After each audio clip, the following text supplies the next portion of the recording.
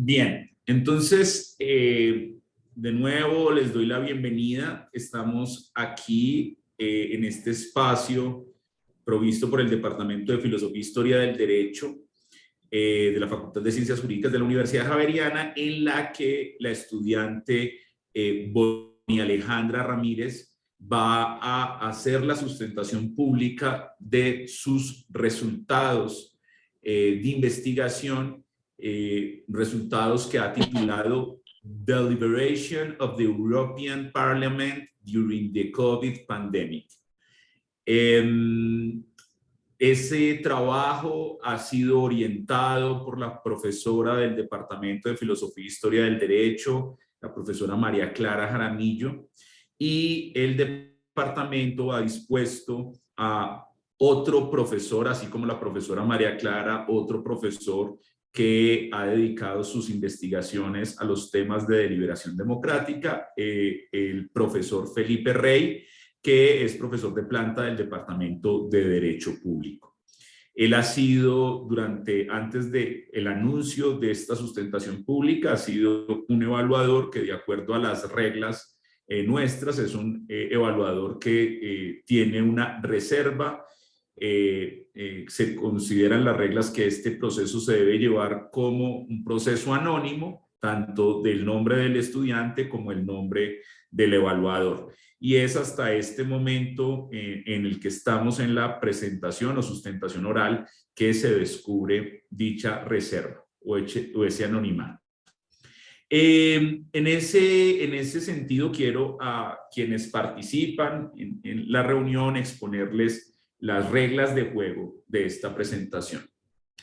Recientemente ha habido una modificación de las reglas de monografía de grado, pero el término de vigencia de esa modificación establece que la vigencia aplica para aquellos proyectos que se inscriben después de la vigencia de ese reglamento. Entonces, para efectos, por ejemplo, de esta sustentación, hay un elemento diferenciador, y es que en las nuevas reglas son 20 minutos de exposición, en las reglas precedentes son 30 minutos.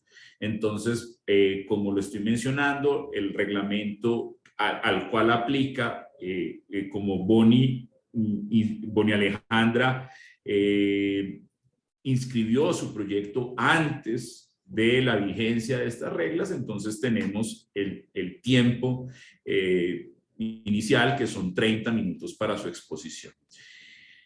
También hay una diferencia en las nuevas reglas, que es la forma en que es calificada. La forma con la que ha sido calificado ya el proceso de este trabajo es que la calificación del documento tiene una calificación de tipo cualitativa.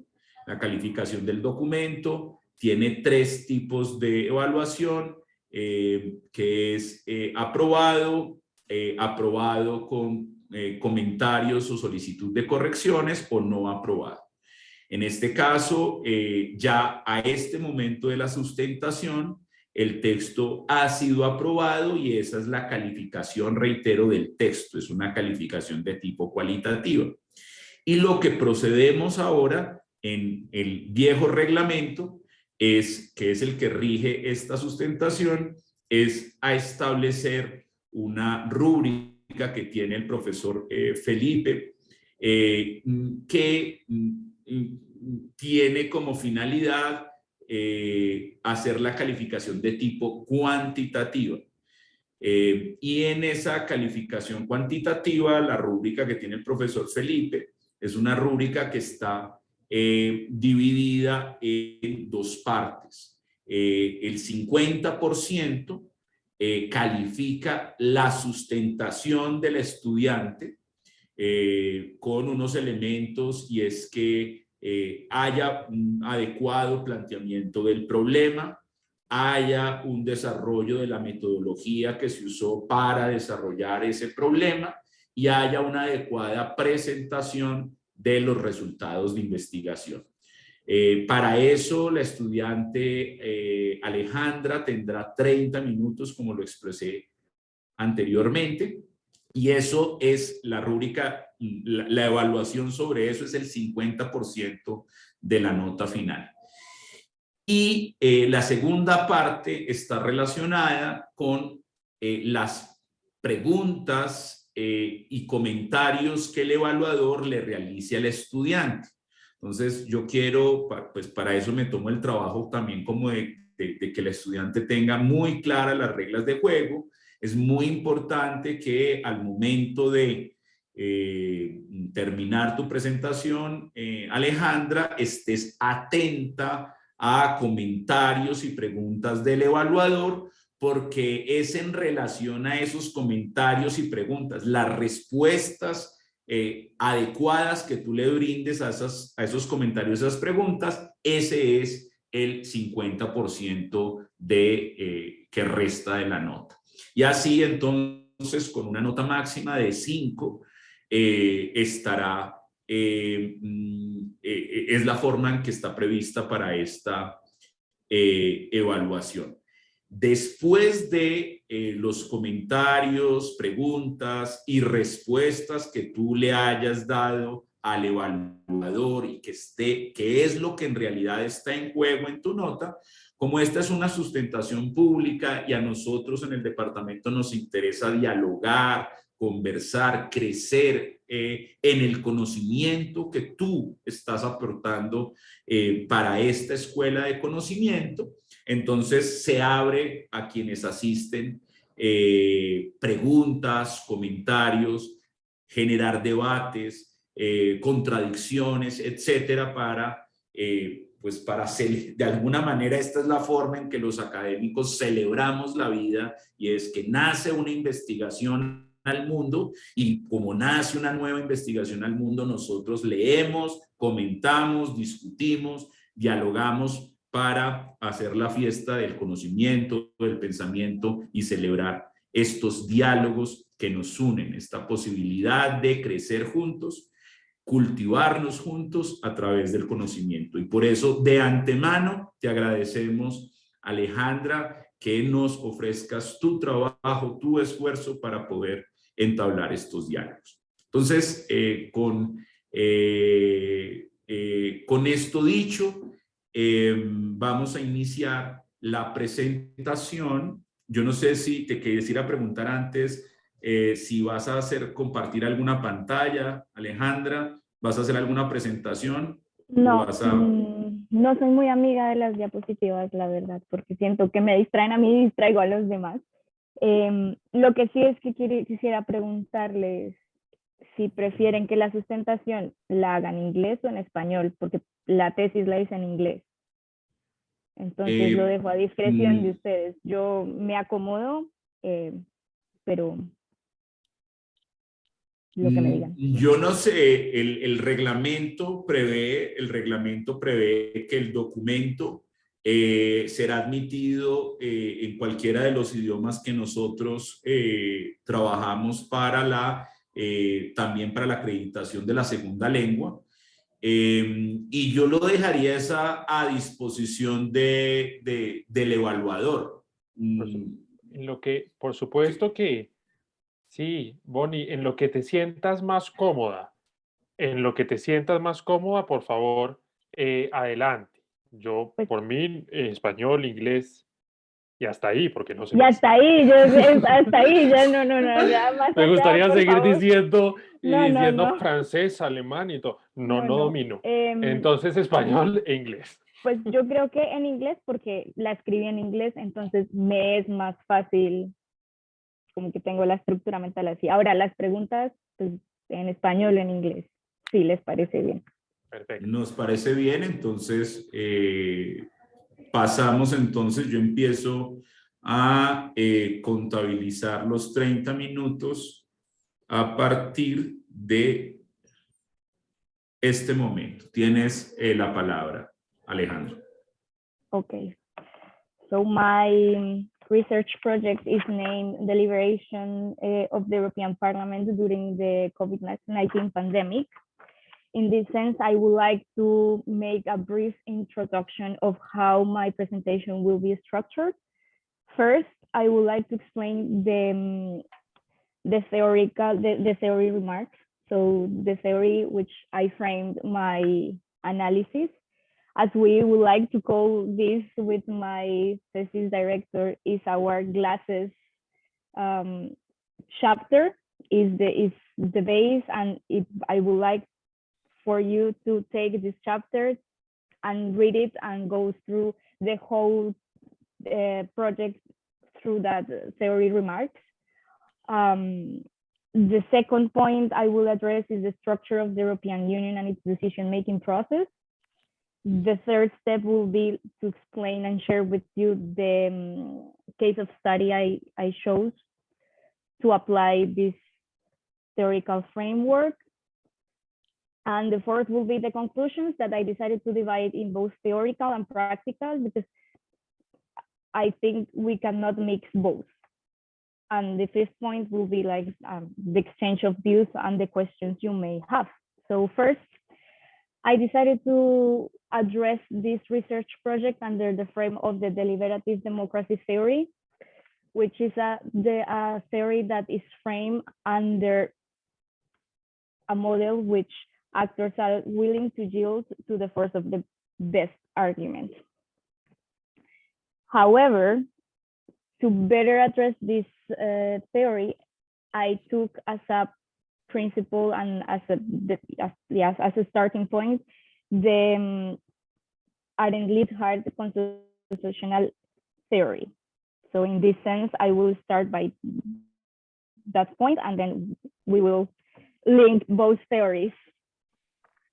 So Arendt Liebhardt proposed and developed the constitutional theory, which tries to explain the conditions for democratic stability in culturally fragmented political systems.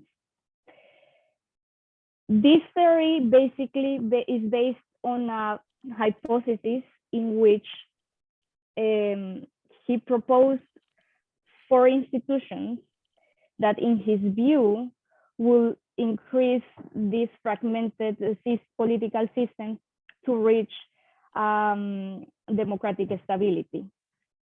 Those 4 institutions are parliamentary election systems of proportionality, cabinet formation by grand coalitions, federalism, and many strong veto points. Those were the main institutions that Liebhardt conceived as the basis to have democratic stability in the frame of fragmented political systems. However, Liebhardt thought that those 4 institutions were not enough to reach that democratic stability, and came up with a so-called spirit of accommodation. And this is one of the main elements we should focus. Why? The spirit of accommodation, on Liebhardt's words, is the willingness of the elites, the elites' willingness and capability to bridge the gaps between mutually isolated blocs and resolving serious disputes in largely non-consensual contexts. So what Liebhardt called elites are basically the decision makers. So in other words, I would like to understand this spirit of accommodation as an institution. It's how it's not like constitutionalism is not about getting the institutions right, but about changing the elite behavior. So institutions are made of human beings. Therefore, the spirit of accommodation addresses the cultural behavior of those people behind, or those decision makings interacting with those institutions proposed by Liebhardt. However, and here is where the theory of democratic deliberation enters to play a central role, because there was an author called Jürg Steiner, of which I would like to dedicate this research project, because he was like my founding father in that sense, the one who introduced me to this academic world.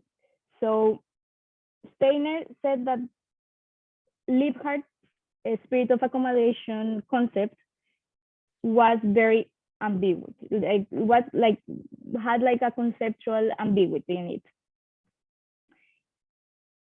because it was so broad that it was not easy to put into practice. So you have, yes, like the willingness of the elites and its capability to bring it back the gaps between mutually isolated blocks or resolving serious problems, but it was not accurate and its scope was not well defined for operational terms. So, and on the other hand, he also says that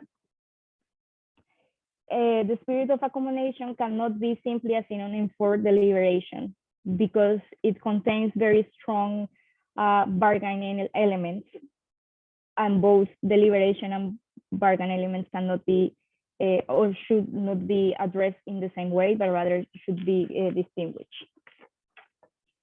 So Steiner and another academics proposed the deliberative democracy theory as an option to address the spirit of accommodation by the discourse analysis. That was like the main link between one another.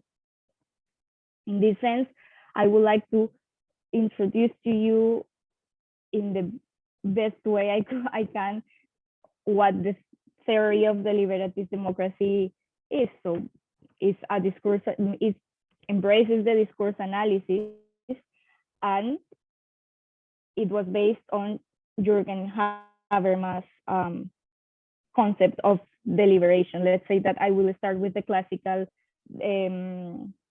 understanding of the theory. So for Habermas, deliberation was understood and embodied like the idea of rational discourse. So it focuses on deliberation, that intent are related distinctions between communicative and strategic actions and involve strong procedural components. Therefore, deliberation implies a systematic and scientific process of policymaking where actors extensively justify their positions and are willing to yield to the force to the better argument. So it's a very German approach where you should follow some process and comply with some standards of justification during the argumentation process in order to talk about deliberation. Otherwise, if you do not comply with that, for Habermas, that's not deliberation. In this context, the ultimate goal of such discourse, like conceived, like as Habermas conceived it, is to find a rational consensus on validity claims. What that does mean. So deliberation must be rooted in the communicative actions that embodies like a rational discourse. The deliberation is a concept that has been used in different arenas. So in politics, politicians use it, normal people use it.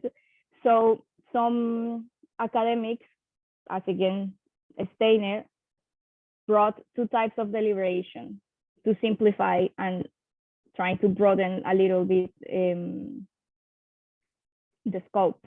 So they brought the type 1 of deliberation, which is really rooted on Habermasian conception, where you should stick to rational discourse, complying with those rules and standards, and a type 2 of deliberation, which involves away from the idea purely of rational discourse, but is more toward a conception of deliberation that incorporates different or alternative ways of communication such as storytelling.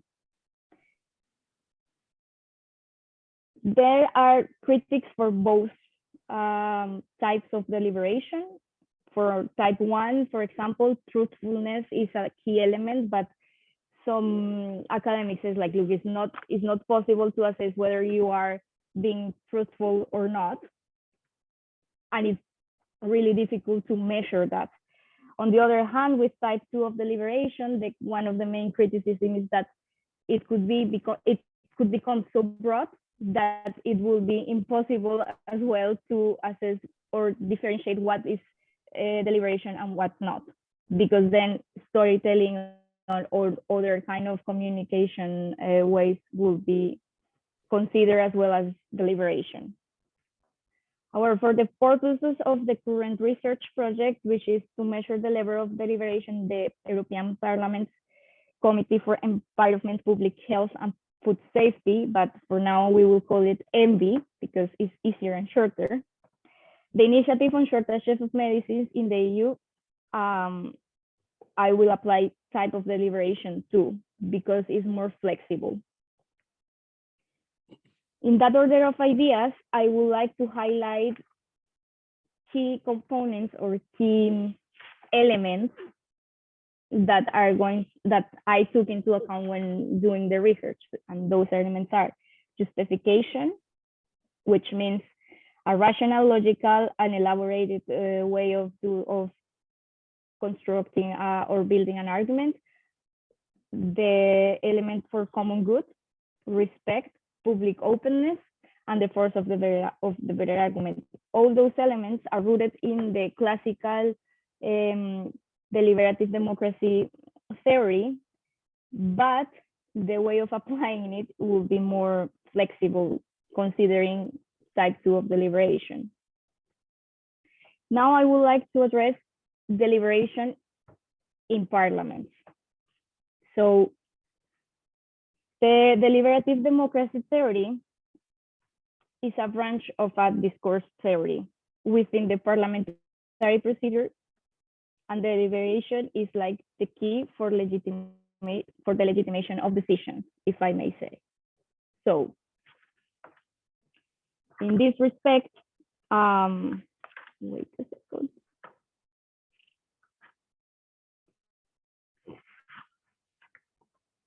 Parliaments have been considered the main forum or the better forum to deliberate, because it represents the citizens, and in this particular, and in the case of Liebhardt's theory, I believe is a good example, because there we have the elites converging, the decision makers, members of Congress, members of parliament. So in this sense, the spirit of accommodation can be showed or can be demonstrated there, because you could see there whether someone in the discussion, an MEP is giving a good justification based on common good, whether is respecting its peers and is public. So that's other of our main elements. However, the deliberative democracy in this context of parliament, so the decision-making process of a parliament, like of parliamentarians, is like it should follow a process that normally ends with a vote, and our conception of legitimacy of a decision comes with the outcome of that vote. But the deliberative democracy theory gives an option or an assessment where is the deliberation that gives legitimacy to the decision, not the outcome of the vote. So in that sense, the deliberations are what support or endorse at the end of the day the decision of any parliament. But the question is here, how do you measure that? And how then we measure if that deliberation complied in a way that the decision was made in the benefit of citizens and therefore was legitimate. So academics such as Jürgen Steiner developed what was called the Discourse Quality Index, that we will call the DQI. This DQI addresses the elements I I underscored before, but in a way that was possible to measure. So we have the level of justification that, no, first, we have 6 indicators in the DQI. And we have to divide and structure the discourse of each MP in this case, in a parliament, underscoring or identifying what it was called the relevant parts of the discourse. Those relevant parts are the ones that these theorists said or highlighted as when an MEP requests or demands something or propose something, but it has to be accompanied by a well justification. So those were like the relevant parts. So we had the 6 indicators that are the level of justification, the content, and the content is deeply linked to the common good. So again, we go back to type 2 of deliberations and the main elements. The respect, and respect is framed in three different perspectives. First, the respect the speaker is having for the demands of others, the respect before other groups, and the respect towards the counter arguments.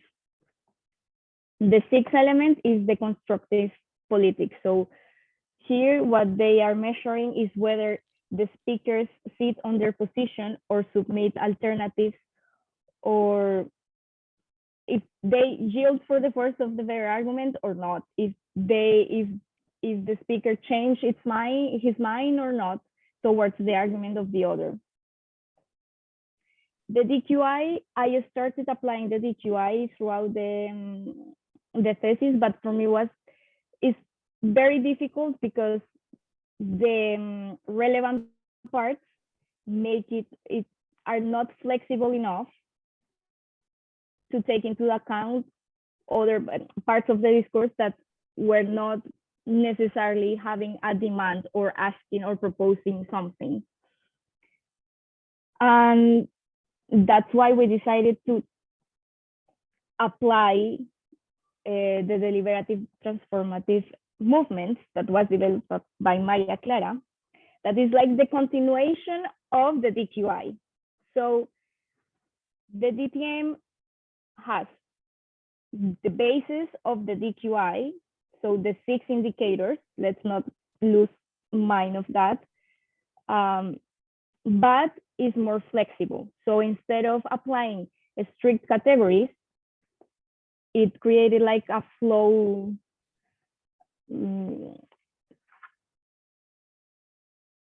methodology in 4 categories. So instead of taking the relevant parts, we have a speech acts. We have a speech act. So whenever a speaker does a speech, that is going to count as a speech act. We have 4 categories, as I said before. So we have the speech act that stays at the high level of deliberation. We have a stage 2, where the speech act transforms to the level of deliberation from high to low. Category 3 is where the speech act stays at a low level, and the speech act transforms the level of deliberation from low to high.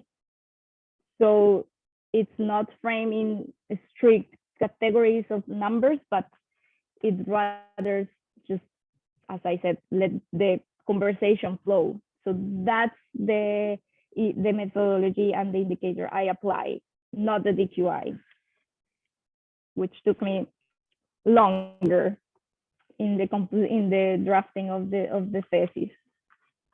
So that's the theoretical framework.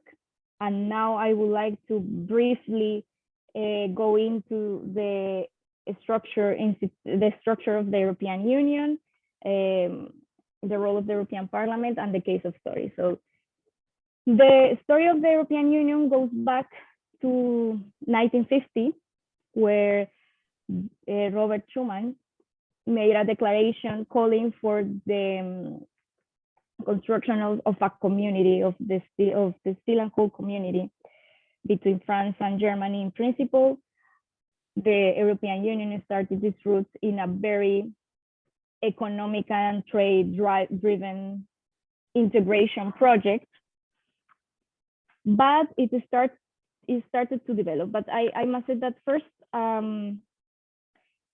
after this Schuman Declaration, which was the prelude of the European coal and steel community, as I said, in this coal and steel community, the European main institutions were like developed. So we had the High Authority, which is now the European Commission, let's say. We had the Common Assembly, that nowadays is the European Parliament, and we have the Special Council of Ministers, which nowadays is the Council of the European Union.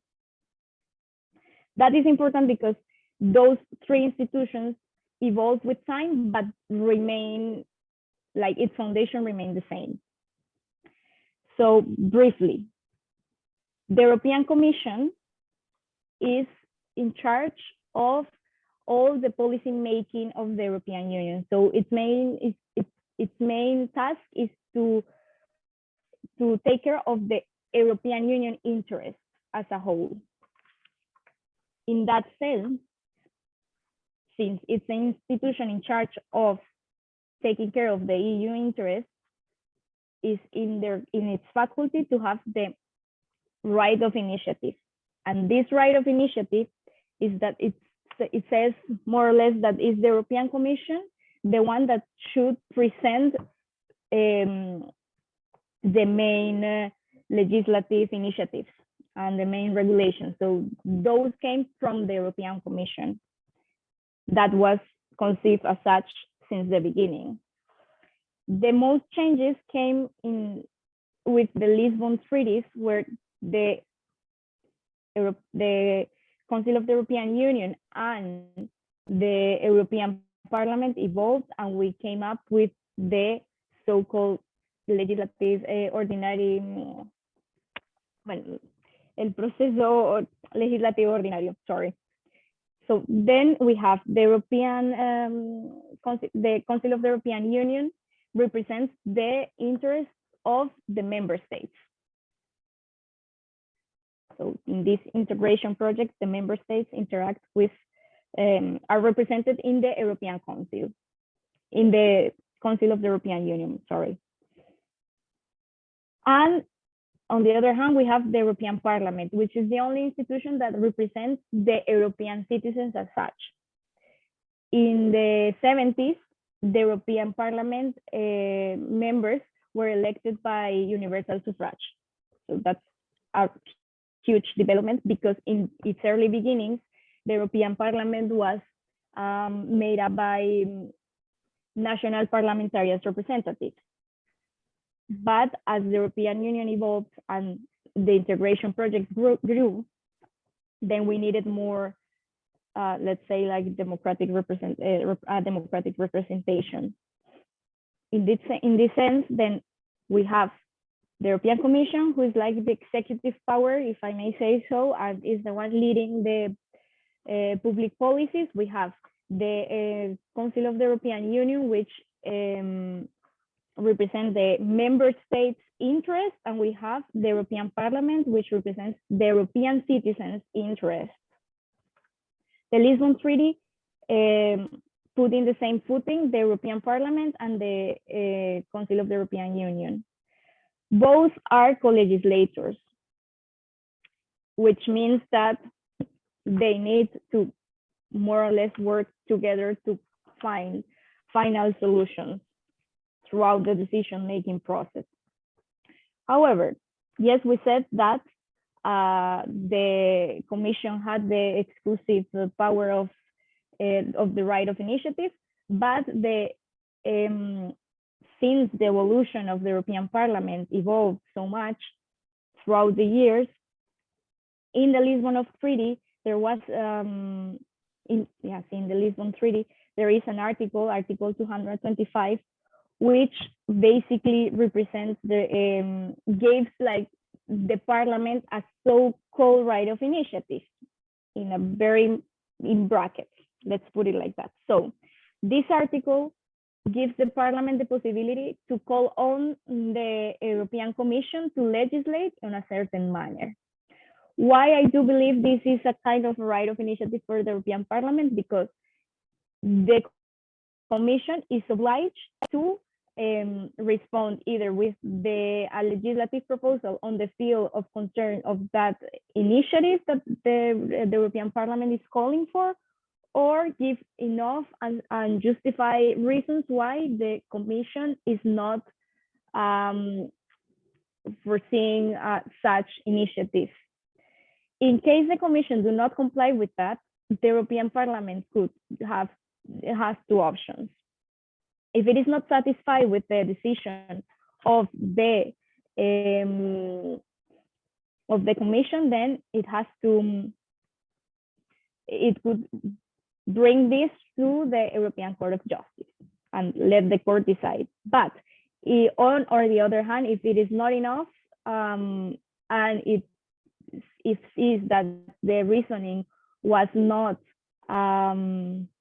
fact-based and was not well justified, it could just kind of do an impeachment of the commissioner, because the European Parliament elects the commissioners.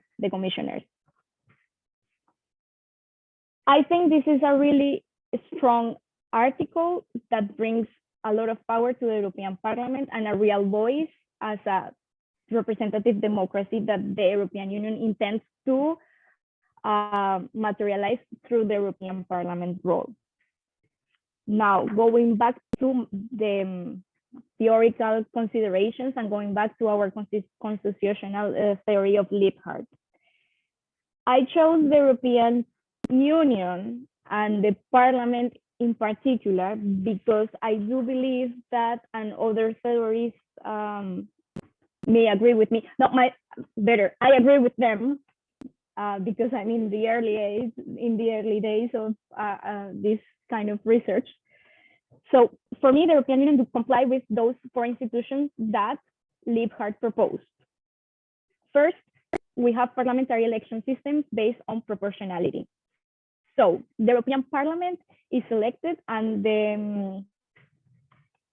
is elected through proportionate, like to the population of each member state.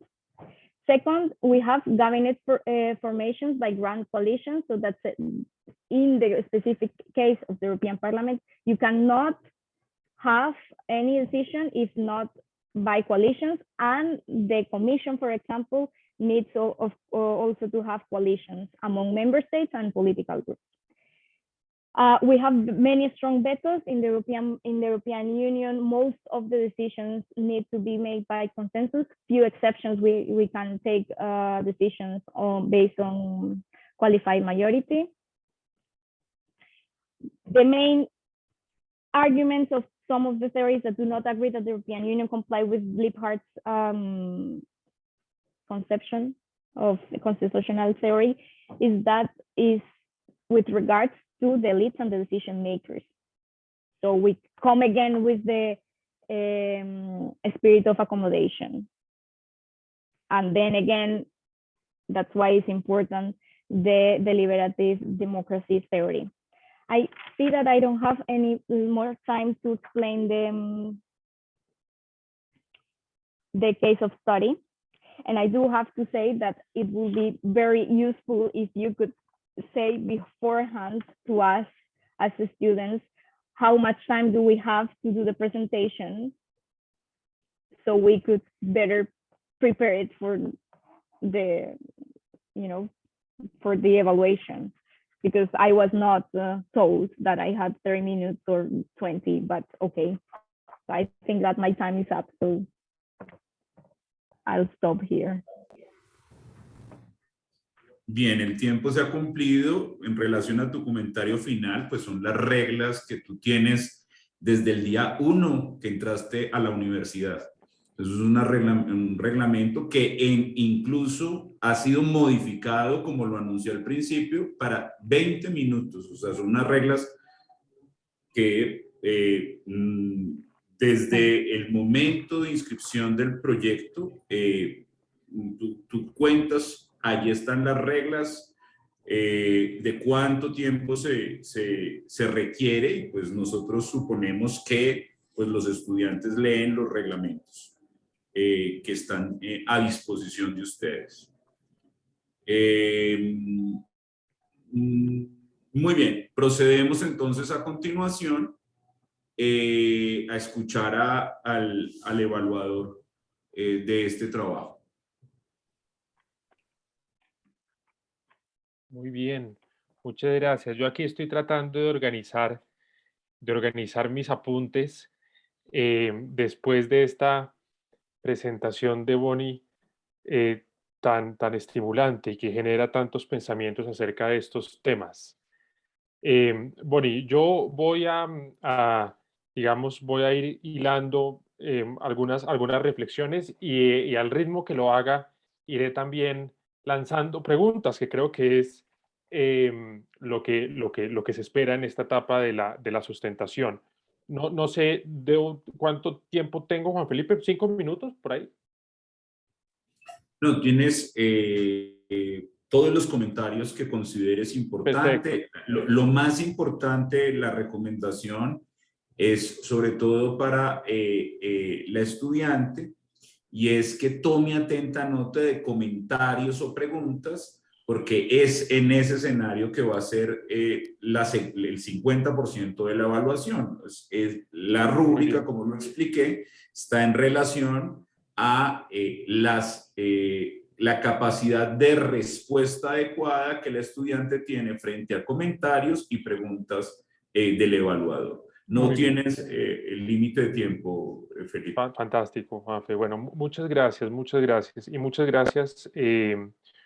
gracias, Bonnie, muchas gracias, María Clara. Yo comienzo agradeciéndoles. Yo les agradezco, desde el principio, cuando nos vimos ahorita con Juan Felipe, le transmití mi agradecimiento por la oportunidad de leer un trabajo que desde el momento de la fase escrita, entiendo que estamos en un momento distinto, pero desde el momento de la fase escrita encontré muy destacado por distintas razones que irán apareciendo, espero, en mi exposición. Pero creo que estamos ante, y creo que Bonnie lo has mostrado también, a pesar del tema del tiempo, eh, que es parte del aprendizaje, ¿no? El manejo del tiempo no se termina como que de aprender. A mí me parece que es una de las cosas más difíciles, esto de que a veces uno se extiende, a veces se queda corto, esto pasa mucho, pero creo que lo que has explicado, lo que has presentado el día de hoy, muestra algo que es muy importante y es que entiendes muy bien de lo que estás hablando. Entiendes muy bien de lo que estás hablando, no simplemente no hay una repetición de conceptos, sino hay en realidad un manejo de teorías que son complejas y de ideas que son difíciles. Y esta es otra virtud de tu trabajo que yo quisiera destacar. En el concepto lo escribí, quizás puse la palabra arriesgado o valiente. Me refería a que uno puede realizar investigación de muchos tipos. Yo creo que hay una investigación que es de tipo valiente, que es la investigación que se hace preguntas difíciles y que además, Bonnie, incursiona en distintos campos, como lo hiciste tú. Porque tú tuviste que aprender acerca de la Unión Europea, tuviste que aprender acerca de democracia deliberativa, tuviste que aprender acerca de constitucional, tuviste que aprender una metodología empírica para realizar un juicio sobre un caso concreto. Entonces, esto me parece supremamente desafiante y muy destacable. Acerca de la descripción de la Unión Europea, también quiero destacar un aspecto. Me parece muy importante en el camino de un estudiante de pregrado, y ese es un capítulo en tu texto descriptivo, y hacer buenas descripciones es muy difícil. Hacer buenas descripciones y esa es una buena descripción de la Unión Europea, es una descripción acotada, es una descripción que se fija en lo importante. Eso también quisiera destacar. Bueno, dicho esto, voy a pasar ya a hacer algunos comentarios más más críticos y constructivos. Toma mis comentarios en el siguiente sentido, Bonnie. Yo creo que tu trabajo es tan bueno que con más trabajo puede convertirse en un muy buen artículo de investigación. Es un muy buen artículo de investigación, lo puedes publicar en una muy buena revista, de forma tal que estas reflexiones que yo iré haciendo, ojalá estén encaminadas a mejorar a alcanzar esa meta. Y las preguntas que te voy a hacer no son preguntas conceptuales acerca de algún tema, de alguna teoría o de la estructura, no, no, porque yo asumo que en tu proceso, me gusta emplear la metáfora de la montaña. A mí me fascinan las historias de las montañas, les cuento, me fascina. Nunca he subido una montaña, no es que, pero me encanta leer acerca de personas que han subido montañas y alpinismo. Esto es un tema que me fascina, las montañas. Y entonces tú has subido una montaña, Bonnie. Y cuando uno sube una montaña y está en la cima, lo que uno puede ver son otras montañas. Entonces mis preguntas van a estar dirigidas acerca de lo que tú puedes ver habiendo realizado este recorrido. No lo que ya hiciste, sino lo que puedes ver desde aquí es lo que más me resulta ahora interesante. Bien. Bueno, un primer comentario que ya lo advertía en el texto escrito y tiene que ver con un enfoque sistémico a la democracia deliberativa, digamos, una aproximación sistémica a todas estas cuestiones. Y mira que son cosas que yo me pregunto muchísimo. Voy a plantear varias aristas de esa misma cuestión. Por ejemplo, la cuestión normativa de estándares normativos acerca de la deliberación democrática. Un camino corriente, que es el que más utilizan los teóricos políticos y que más han utilizado los teóricos de la deliberación, es, bueno, la determinación muy en línea con Habermas, la determinación de criterios normativos para actos deliberativos puntuales, como por ejemplo los que se dan en una cámara congresional o en un parlamento. Es decir, cuál es la calidad de ese discurso. Esta es una opción de pensar la normatividad de la deliberación. Hay otra opción de pensar la normatividad que es la opción sistémica. La opción sistémica que lo que nos enseña es que debemos ver las instituciones deliberativas de un modo agregado. Lo que nos enseña es que quizás haya campo para lo que podríamos llamar discurso antideliberativo, es decir, puede haber prácticas que vistas por sí solas o por sí mismas no cumplan los estándares individuales de deliberación, pero que en cambio sean apropiadas para mejorar el discurso público más amplio. Y esta es una pregunta que yo quiero hacerte. Tú has hecho un análisis de discurso legislativo congresional en la que has valorado y con buen criterio el respeto, la argumentación, la posibilidad de cambiar de opiniones. Mi pregunta es si tú consideras que ya no el cumplimiento, sino el incumplimiento de esos estándares podría ocasionar mejoras deliberativas sistémicas. Lo pregunto también por una cuestión, Bonnie, tiene que ver, por ejemplo, con Liebhardt. Yo creo que Liebhardt pensaba bien, desde luego, un pensador crucial que nos enseñó muchísimo, pero para otro mundo, ¿no? Para otro mundo. Fíjate, los criterios normativos, Liebhardt estaba pensando en las crisis de partidos, Liebhardt estaba pensando en las crisis de representación, Liebhardt estaba pensando en las deficiencias de los sistemas parlamentarios, etcétera.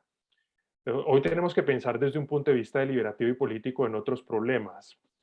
Por ejemplo, tenemos que pensar en la deliberación pública que tiene lugar en redes sociales. Yo pienso, y lo pienso desde el derecho público, porque es una preocupación que tengo. Yo pienso, el derecho público constitucional es una técnica de control al poder. Lo que pasa es que el poder cambia de lugares, no están los mismos. Va mutando y va. Hoy, ¿cuánto poder no tienen hoy, por ejemplo, influencers en las redes sociales? Tienen un poder inmenso. Entonces yo creo que hay que preguntarnos desde un punto de vista deliberativo. Y claro, ahí sí que la cuestión sistémica parece crucial, porque en redes sociales nosotros encontramos todo el tiempo quebrantamientos de reglas deliberativas, pero que uno podría pensar que introducen nuevos temas, pican de pronto en lugares donde otros no han picado, mm, advierten matices, no sé, no sé, yo pienso, me pregunto si es preferible un mundo en el cual todos individualmente cumpliéramos los mejores estándares deliberativos, o en cambio un mundo donde en el agregado cumpliéramos estándares deliberativos, pero nos diéramos el permiso de incumplirlos a veces desde el punto de vista individual. No tengo una respuesta para esa pregunta, es algo que, pero quiero hacértela a ti, quiero escucharte también para aprender de ti a este respecto. Esto tiene relación con Liebhardt también, pero yo no creo que la teoría de Liebhardt sea caduca, en el sentido que fíjate que él habla de élites.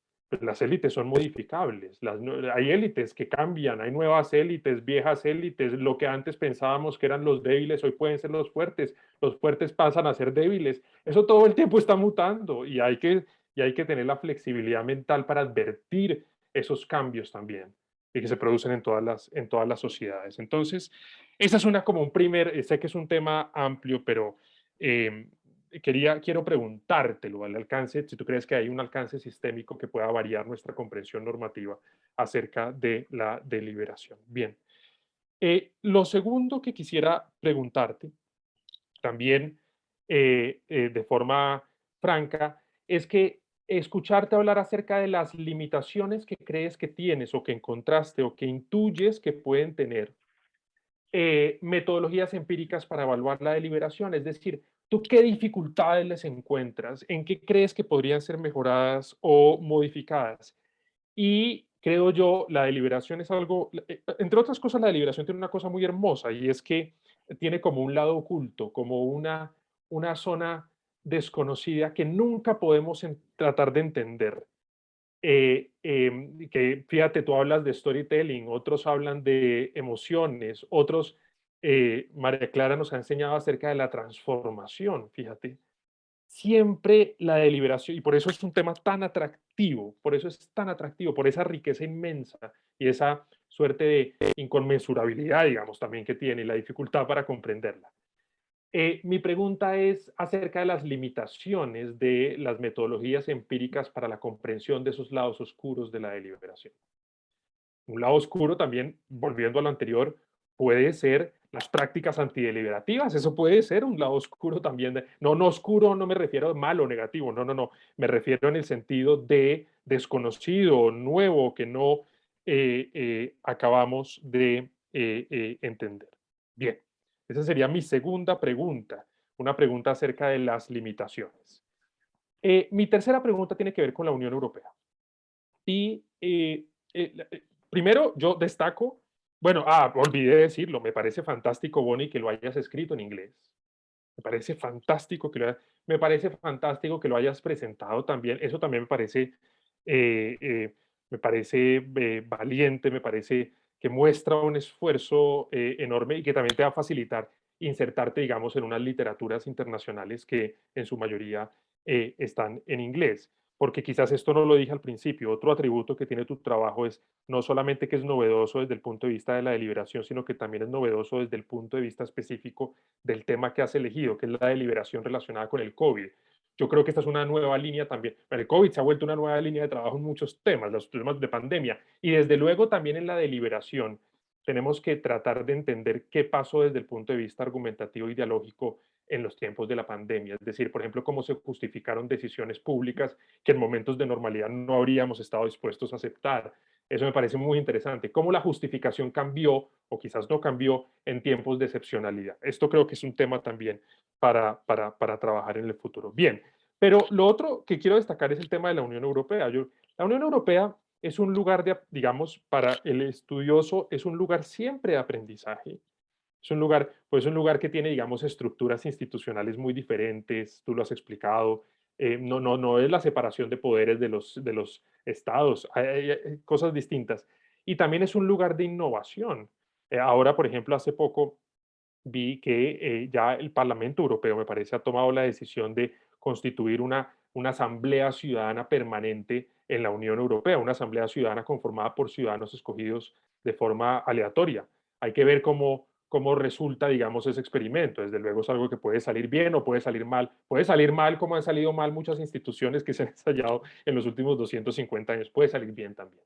Pero fíjate, es un lugar de creación y es un lugar es un lugar de innovación.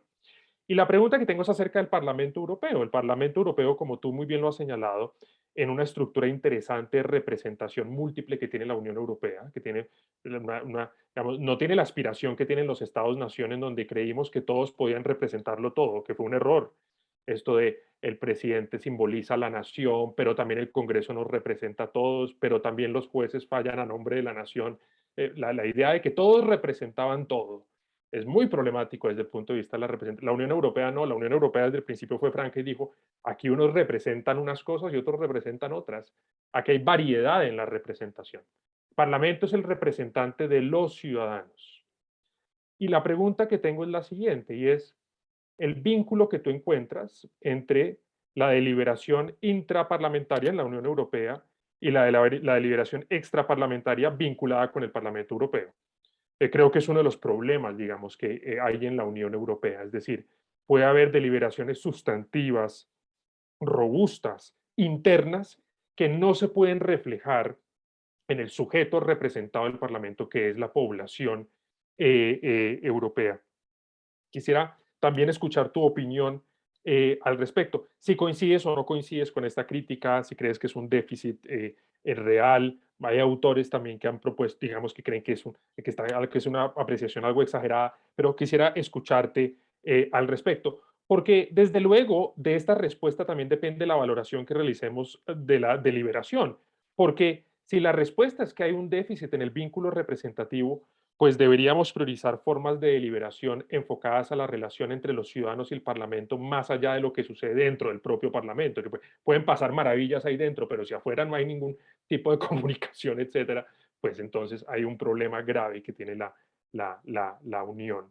De nuevo, Bonnie, todas mis felicitaciones y bueno, estoy muy deseoso de escucharte y ver cuáles son esas montañas que desde esta puedes ver. ¿Estas tres? Felipe, muchas gracias por tu trabajo disciplinado, juicioso, de lectura, de compromiso con el crecimiento intelectual de lo que de esta escuela en donde estamos creciendo. Y quiero de verdad agradecer por la seriedad en la que has tomado la lectura, la evaluación de este trabajo. Hay entonces, Alejandra, unas preguntas planteadas, unos comentarios, pero hay tres, en la mesa hay tres, al menos tres preguntas muy específicas con otros comentarios. Entonces, el proceso, lo que vamos a hacer a continuación es darte la palabra para que respondas esos comentarios y preguntas que te han planteado. Y a continuación de eso le volvemos a dar la palabra al evaluador para ver si es satisfactorio, si considera que es necesaria una réplica además. Y después de eso, que es en esencia el escenario evaluativo, abrimos a una conversación al público si hay preguntas o comentarios. Entonces, con esa claridad del procedimiento, Alejandra, tienes la palabra. Bueno, espero que no haya límite de tiempo acá porque cada pregunta da para hacer una tesis nueva. Entonces voy a empezar por la primera respecto a los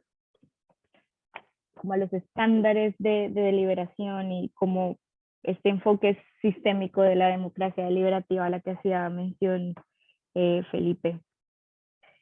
Yo debo estar de acuerdo con Liebhardt respecto a el tema de las élites. En mi forma de ver las cosas, es mucho más fácil, digamos que más tangible, poder ver y apreciar la deliberación con tomadores de decisiones. Llámese parlamentarios o llámese miembros del Consejo de la Unión Europea en el contexto europeo o de los comisarios. Habiendo dicho eso,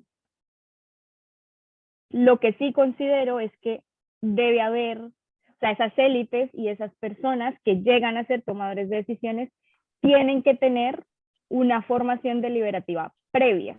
¿A qué me refiero? A que hay, y esto de pronto está un poco aparte de esas categorías que nos brinda tanto la teoría constitucionalista como la de deliberación, y es que debe haber un marco conceptual o un escenario de formación para que esas futuras élites pues puedan de cierta forma garantizar cierto nivel de deliberación, o sea, que sea alto. Entonces, por ejemplo, sé que María Clara está haciendo un proyecto con colegios.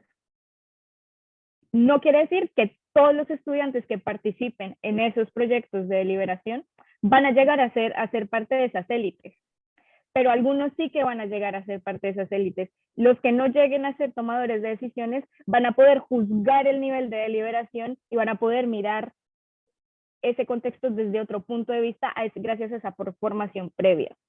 Pero sí coincido con Liebhardt en que la sustancia y la esencia de la deliberación se puede ver mucho más fácil entre tomadores de decisiones. Porque al final yo también considero que solamente el spirit of accommodation no puede ser evaluado aislado de las instituciones que plantea Liebhardt, por ejemplo. En ese sentido, sí, es cierto, Liebhardt concibe esto en un momento, sobre todo él es holandés, entonces claro, hay mucha ruptura cultural en Holanda, ¿no? Religiosa, política, es un contexto, es un sistema político supremamente fragmentado. Entonces, y hoy en día, si ustedes ven las coaliciones y las formaciones políticas alrededor del gobierno holandés, es muy complejo, porque tienen esa herencia de sistema político fragmentado. Entonces, claro, para Liebhardt es muy importante la parte de partidos y para él eso era esencial. Ahora, respecto a los estándares deliberativos, yo creo que voy a hacer un dicho y es ni mucho que queme al santo ni un poco que no lo alumbre, en el sentido de tampoco considero que la teoría debe ser tan amplia y tan flexible porque corremos el riesgo de que entonces todo va a ser deliberación. No puede ser tan rígida como la concebía Habermas porque entonces va a ser muy difícil aplicarlo. Respecto a cómo a las diferentes plataformas y el tema digital. Yo vivo y trabajo en Bruselas.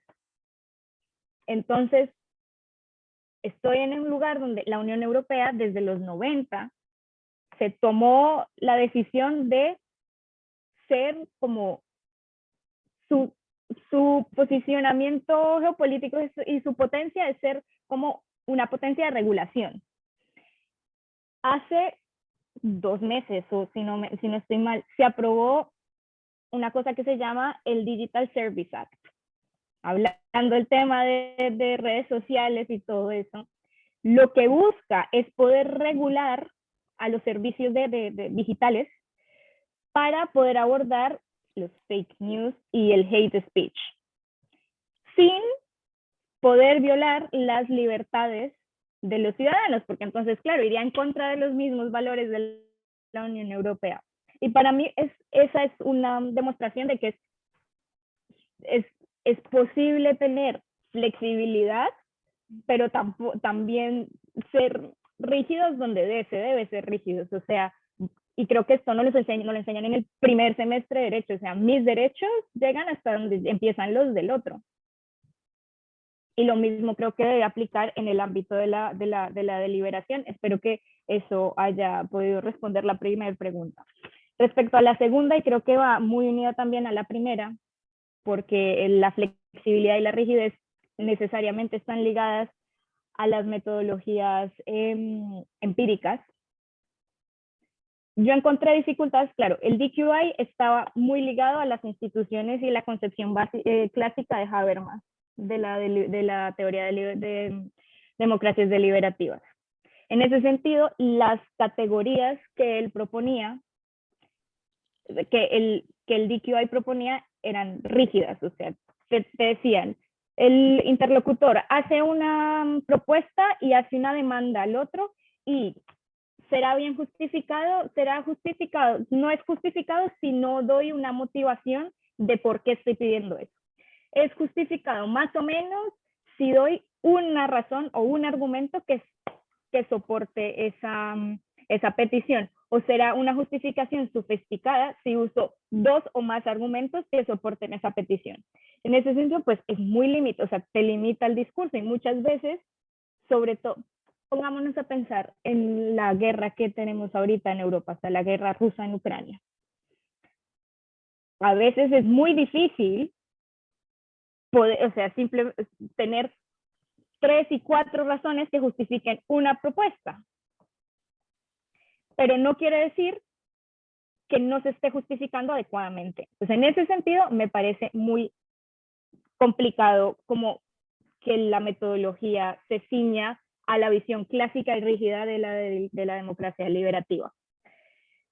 La metodología que desarrolló María Clara me parece que tiene el equilibrio perfecto, porque te da 4 categorías, pero no te limita, o sea, no te limita que tengas que elegir ciertas partes del discurso, porque eso es como cuando a uno le decían en derecho que no era posible tener un régimen jurídico casuístico, porque es que es imposible cubrir todos los posibles casos. Exactamente lo mismo, mientras que si tienes unos parámetros generales, va a ser mucho más fácil, y más en términos de discurso, va a ser más fácil seguir los altos y bajos. En el caso de estudio que yo tomé, que era para abordar la escasez de medicamentos de la Unión Europea durante el COVID, el principal problema era la dependencia de Europa a terceros países, tipo China o India. Europa perdió, por su globalización y por muchas razones, perdió como su capacidad de producción, y casi toda su farmacéutica depende de insumos que vienen de China y de India, principalmente. El COVID, pues, hizo que todas las cadenas de suministro sufrieran disrupciones, el comercio cayó, todo el mundo impuso barreras. Y entonces, ¿qué pasa con las medicinas que eran necesarias para, no solo para tratar el COVID, sino todo el resto o sea, porque el COVID no hizo que se terminara el cáncer, por ejemplo? Y todo el discurso que usaron los parlamentarios de este comité, pues aportaron intereses de uno, de otro, pero cuando hubo disrupciones fue cuando se salía, como por ejemplo del tema que se estaba tratando. Y entonces los verdes decían, pues sí, estamos hablando del shortage of medicines, pero pues yo quiero estándares medioambientales. ¿Eso qué tenía que ver con la discusión? No sé, pero eso es un ejemplo de no se puede enfrascar todo como en las partes relevantes, sino más bien en lo que propuso María Clara con los speech acts. Esas fueron como las limitaciones. Ahora, los lados oscuros, creo que vuelvo al mismo tema del equilibrio. También, y esto creo que también lo puse en las conclusiones de la tesis, porque bien o mal siento que el hecho de poder medir también y analizar cuando hay un nivel bajo de deliberación muestra una realidad de un partido, un grupo político, o de un Estado miembro, o de una forma de ver la política, la vida, o lo que ustedes quieran de lo que se esté tratando. Entonces, en ese sentido, pues quedó muy evidente que al final la principal preocupación y la principal causa del Partido Verde aquí, pues son sus estándares medioambientales, y lo van a repetir hasta el cansancio. Entonces, eso también es importante valorarlo. No es bueno, no es malo. Digamos que en el contexto del debate que era el shortage of medicine, no era algo que lo considerásemos relevante para dar solución al problema que se estaba batiendo, pero sí que aportó para tener un entendimiento mucho más global del contexto político, social y económico de la Unión Europea en un momento específico de su historia, que era el COVID-19. O sea, aún en COVID-19 ellos estaban preocupados porque los estándares ambientales, y eso también es importante, o sea, y tú también puedes ver las prioridades de un grupo social, de un grupo de personas o de un grupo político. Ahora, el tema de la Unión Europea. Y es una pregunta muy difícil, yo creo que, y tal vez, bueno, lo voy a centrar en el Parlamento, pero lo voy a encajar con la interacción que tiene el Parlamento con las otras dos instituciones, porque es que aquí no se puede, o sea, yo no puedo valorar aisladamente la Comisión Europea sin tener en cuenta el Consejo o el Parlamento, porque como los tres hacen parte del proceso de toma de decisiones, entonces no puedo decir qué pasa con el vínculo de interacción. ¿Qué creo yo? El nivel de deliberación intraparlamentaria es muy alto. Y es muy alto porque aquí uno tiene diferentes espacios de deliberación. Entonces les voy a explicar. Uno tiene unas semanas. Entonces están las dos públicas, digamos, las deliberaciones públicas que son en los comités parlamentarios y en las sesiones plenarias. Pero previo a eso hay unas semanas que se llaman semanas de grupo, por ejemplo. En las semanas de grupo, cada grupo político discute internamente qué posición va a adoptar. Y esto responde a algo muy lógico. No porque yo haga parte del mismo grupo político que tú, vamos a estar de acuerdo con la posición. ¿Por qué? Porque puede que tú seas español y yo sea alemán. Entonces, porque tú tengas un interés distinto al mío, así hagamos parte de la misma familia política. Entonces, dentro de los mismos grupos políticos, es muy importante que también haya esta discusión para poder llegar a una posición final cuando yo ya vaya a debatir con los otros grupos políticos, en el comité o en la plenaria. Pero no solamente eso, antes de las semanas de grupo, yo discuto, porque como la Unión Europea cubre tantos temas, entonces yo también lo divido, entonces, ¿cuáles son los comités que hablan de política exterior? ¿Cuáles son los comités que hablan de política interior? Entonces, los comités de política exterior, por ejemplo, tienen una deliberación previa también, porque son los que manejan esos temas todo el tiempo. Entonces, digamos, yo trabajo en comercio internacional, pero el otro trabaja en derechos humanos.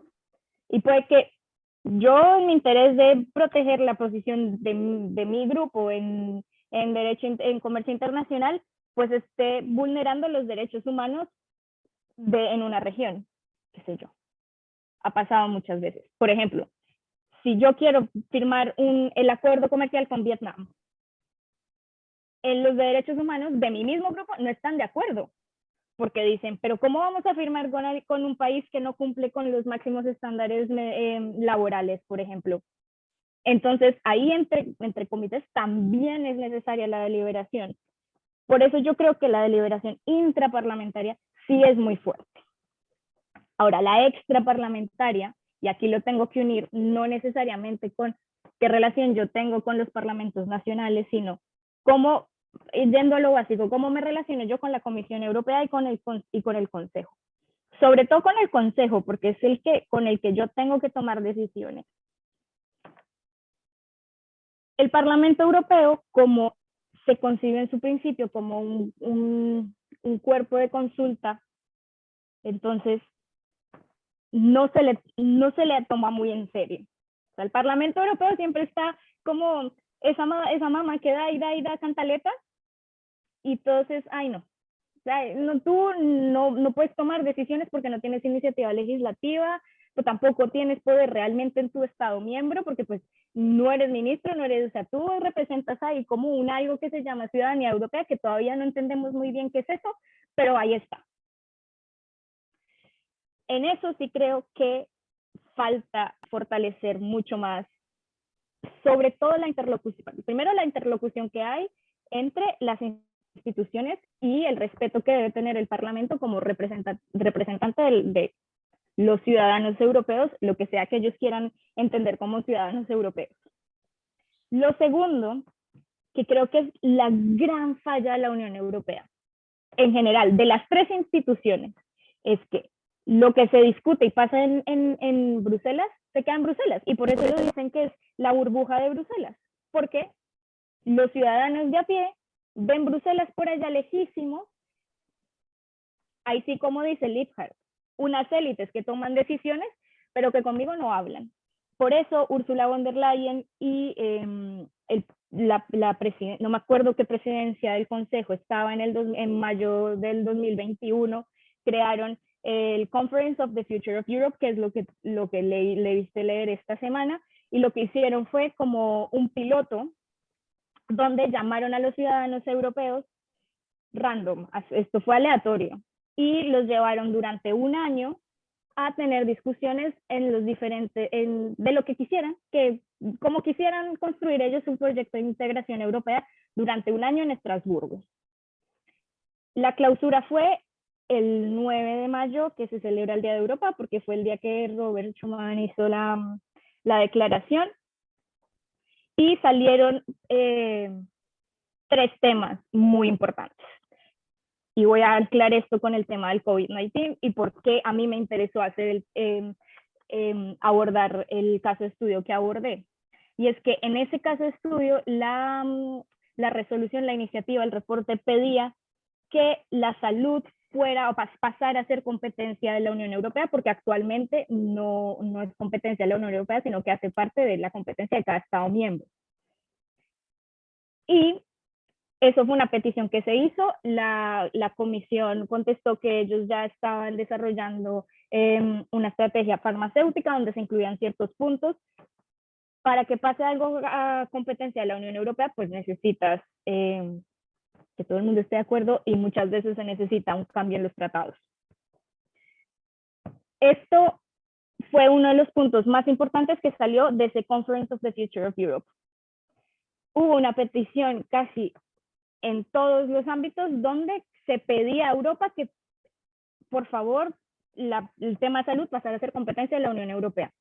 ¿Por qué? Porque si hubiera actuado como se actuó en el marco de la crisis, probablemente no hubieran llegado vacunas equitativamente a todos los Estados miembros, los grandes hubieran cogido todas y a los pobres chiquitos Estados miembros no les hubiera llegado suficientes vacunas, por ejemplo. Entonces ese es uno de los temas. Otro de los temas es que han pedido una reforma electoral y esto se está debatiendo actualmente en el Parlamento, donde están pidiendo que, sí, la reforma electoral, que haya 2 tipos de diputados, entonces que haya diputados que se elijan, o sea, que no importa el Estado miembro, si yo soy española y me gustó un diputado alemán, pues que yo tenga la posibilidad de votar por ese diputado alemán. Y otro tipo de diputado que sí responda como a la proporción de los Estados miembros como es hoy en día. Me parece muy difícil, pero esa es la propuesta actual.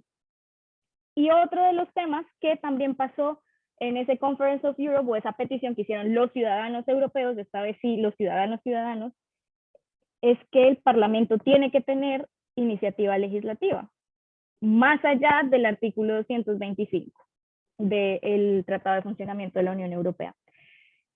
La presidenta de la Comisión, Ursula von der Leyen, sí es cierto que dijo que quería, y la presidenta del Parlamento, Roberta Metsola, sí están muy de la mano de crear como esta asamblea ciudadana permanente.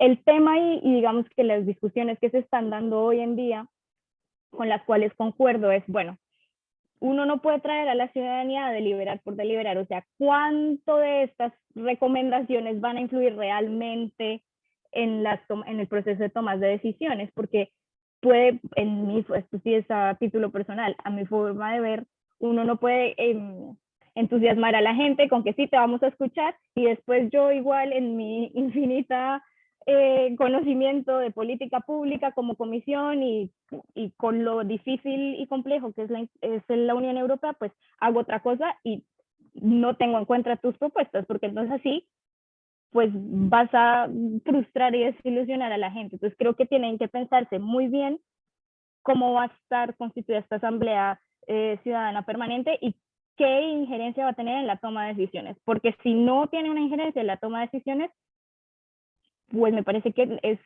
como bañitos de agua tibia, y es como decirle, sí, ven, tú haces parte, pero en realidad no haces parte. Y esa sería la respuesta a las 3 preguntas. Muchas gracias, Alejandra. Felipe, ¿quisieras hacer una contrapregunta? ¿Es suficiente ilustración? Y abrimos el espacio a algún comentario o pregunta de las demás personas que asisten. Es como decimos, Juanfe, suficiente ilustración y muy buena ilustración. Muy buena ilustración, Bonnie. Yo aprecio tus respuestas. Esto último que has dicho acerca de la Conference of Future. No lo sabía en todos estos detalles. Me parece que hay unos diseños interesantes. Esto de la representación, voy a verlo. Es algo nuevo, ¿no? Es algo de apenas de esta semana, pero que hay que estudiar muy bien.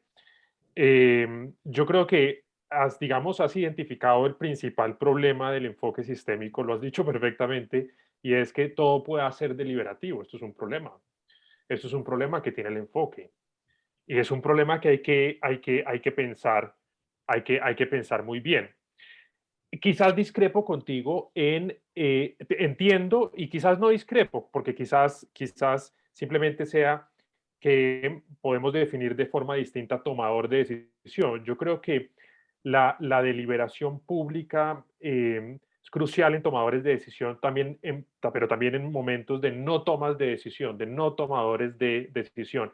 Ahora, esto depende también mucho de lo que entendamos por tomador de decisión, porque uno puede, por ejemplo, tener una concepción en la cual un modelo de influencia importante, es decir, un influenciador, no estoy pensando en influencers, no, sino influenciador en un sentido más amplio, puede ser abordado como un tomador de decisión. Y si esa discrepancia conceptual la resolvemos, tú y yo no estaríamos en desacuerdo. O puede que estemos en desacuerdo, pero me parece muy interesante escucharlo. También creo que atinas advirtiendo el problema de la repetición de guiones, pero también las ventajas de la repetición de guiones. Yo, por ejemplo, me pregunto qué habría pasado en el mundo si algunos no hubieran insistido y repetido, por ejemplo, el tema del cambio climático. Ahí como que se necesitó una repetición de guión. En todos los contextos y en todos los momentos, a veces hace falta esa insistencia que, repito, puede ser antideliberativa, pero que, como tú bien lo has dicho, puede generar, como en el caso de los verdes que tú mencionabas, puede generar un aporte importante. Muchas gracias, he aprendido mucho y de nuevo te felicito. Gracias, Felipe. Bueno, no sé si alguna persona que está participando en esta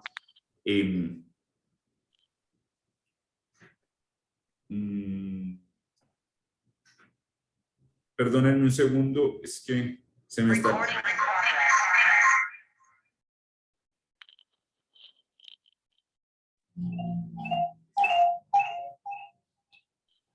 Es que se me está acabando la batería, perdón.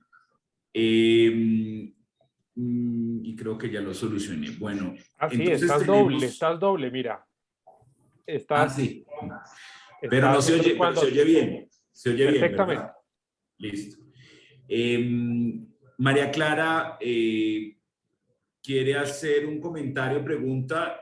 ¿Quieres preguntar o hacer comentario, María Clara? Quiero hacer comentario. Entonces, permíteme, hacemos una pregunta, dada tu condición de tutora.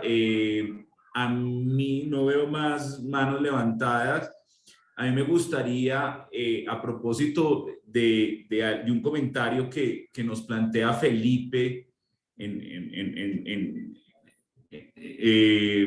la retroalimentación que hacía tu trabajo, Alejandra, hay algo que me pareció que no puede considerar un obiter dicta, pero a mí me causó, lo quiero recoger para preguntar y conocer tu opinión. Este problema que tú estás planteando de toda la relevancia, toda la pertinencia, en múltiples escenarios, o sea, tú lo planteas con la crisis del COVID, pero por supuesto, como también ha sido parte de la exposición y del comentario, las reflexiones sobre los estándares en la deliberación democrática o en la calidad de las democracias que estamos teniendo, pues es una cuestión absolutamente en todo el mundo.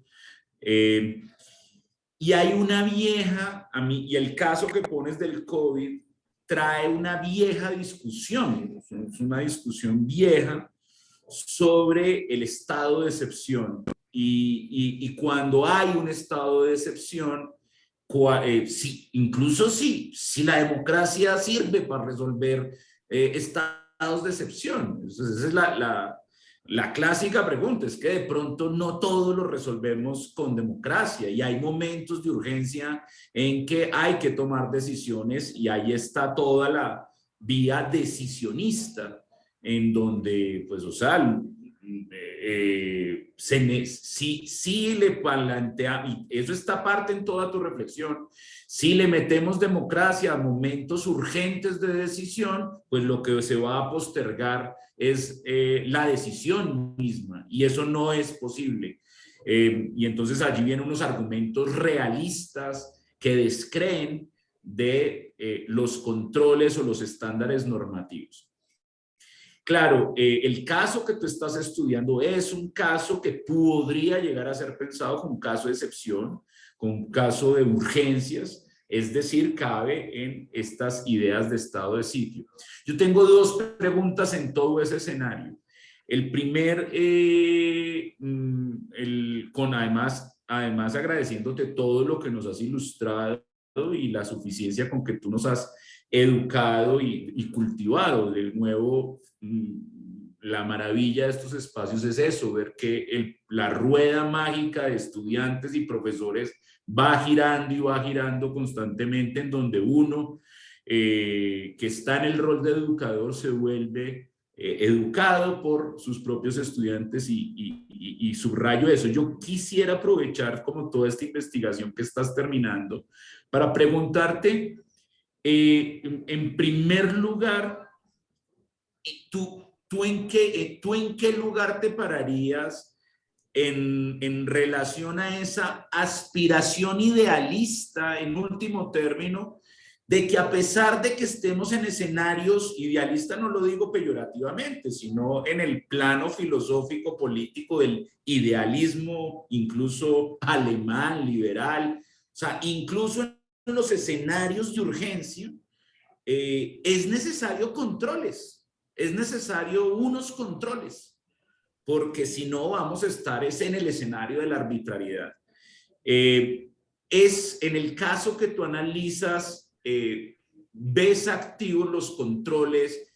Ahorita en la respuesta de cómo funciona en la vida real el Parlamento Europeo, creo que diste pistas, pero yo quisiera teóricamente, estás en un lugar de defensa de kelseniano, kantiano, kelseniano, de que independientemente de la urgencia es necesario controlar al decisor, al que toma la decisión, y se necesita, y sí vamos, así sea difícil encontrar el equilibrio, tenemos que tener estándares para controlar al decisor en el estado de excepción.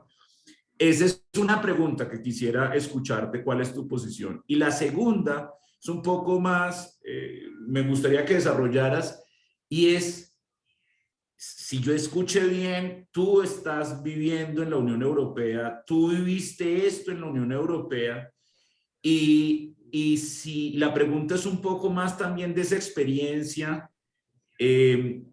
si tú, no me voy a poner conspirativo ni nada, pero la pregunta es si efectivamente estábamos en un estado de excepción o no. O sea, si las decisiones que se tomaron finalmente y el estado de cosas alterado implicaba lo que vivimos finalmente, que además es lo que finalmente termina en tu investigación. Entonces quisiera escucharte, agradeciéndote mucho por confiar en una profesora como María Clara y confiar en el departamento para que pudiésemos llevar a cabo este proceso de finalización de esto, pues tan orgulloso que nosotros nos sentimos de que termines tu carrera y te conviertas en abogada. Por fin. No, pues primero, María Clara es una joya en ese departamento. Y sí creo que el semillero que tienen de deliberación tiene que crecer más. Ojalá fuera obligatorio desde primer semestre, porque al final uno las leyes las puede leer y se puede aprender el código, pero analizar y deliberar no. Y entonces, haciendo ya como comentario aparte. Entonces, ojalá esto se pudiera promover más, ojalá uno en la carrera le diera mucha más seriedad a las materias que tiene en el departamento que usted dirige, porque la capacidad argumentativa y analítica es necesaria, las leyes vienen y van, un día tenemos una constitución, mañana una constituyente y hasta ahí llegamos, pero la base teórica y argumentativa y analítica, pues no, o sea, esa no se puede perder, porque esa va a servir, hayan las constituyentes que hayan y cambie el mundo jurídico como cambie. Habiendo dicho eso, son preguntas que, gracias, porque es que las de Felipe me hicieron sudar un montón, pero estas sí me las he preguntado yo misma muchas veces. Frente a la primera, voy a responderla rápido. Sí, siento que sí es necesario los controles en casos de urgencia. ¿Por qué? Porque yo soy fiel creyente en los valores democráticos y creo que uno no puede ignorar los valores simplemente porque hay una situación difícil o una crisis. Y voy a dar dos ejemplos muy concretos. Uno que está relacionado con el tema de la pandemia y del COVID y otro con la situación que estamos viviendo hoy en día y qué pasó aquí en Europa. De pronto no está tan ligado al caso de estudio específico de la escasez de medicamentos en la Unión Europea, pero sí en la forma como la Unión Europea respondió a la pandemia. Como tuvimos tantos lockdowns, pues claro, la economía se vio muy afectada, esto impactó a Europa, impactó a América Latina y nos impactó a todos. Entonces, ahí sí todos los Estados miembros llaman a la puerta de la Unión Europea y por favor tengamos un mecanismo como de rescate. Entonces la Unión Europea nunca se había endeudado, o sea, los alemanes, los holandeses, esto jamás, los frugales que llaman, nunca lo hubieran aceptado. Pero se llegó a un acuerdo donde se creó los fondos de recuperación. Y estos fondos de recuperación al final son fondos que le van a dar a los Estados miembros para que puedan paliar la crisis. Entonces ahí es cuando yo digo, ojalá uno tuviera una Unión Europea en América Latina, porque más fácil, entre todos, más fácil salimos de las crisis económicas. Pero hay un artículo, el artículo 7 del Tratado de Funcionamiento de la Unión Europea, habla de la obligación que tienen los Estados miembros para cumplir con los valores democráticos y con el Estado de Derecho. Hay dos casos particulares y muy conocidos en la Unión Europea, y es el caso de Hungría y de Polonia. Ellos, en el marco del COVID, sí que tuvieron, como que se abusó un poquito de los estados de excepción y se transgredió las libertades. Tema que para los europeos es igual que respetar la vida. No se pueden vulnerar las libertades. Durante la pandemia también coincidió con elecciones en Polonia, donde un partido que es muy euroescéptico, muy de derechas, muy populista, pues tenía un discurso que proponía cosas como zonas libres de LGBTI, zonas así, o sea, como si yo estuviera hablando del tabaco y digo una zona libre de humo, pues así. Eso causó mucha indignación en la Unión Europea y ahí debo reconocer el rol del Parlamento Europeo, porque cuando se estaban negociando los fondos de recuperación, invocaron el artículo 7 y se dijo lo siguiente: no puede ser que nosotros como Unión Europea le estemos dando plata a todo el mundo si no se respeta el rule of law. El Estado de Derecho se tiene que cumplir. Punto.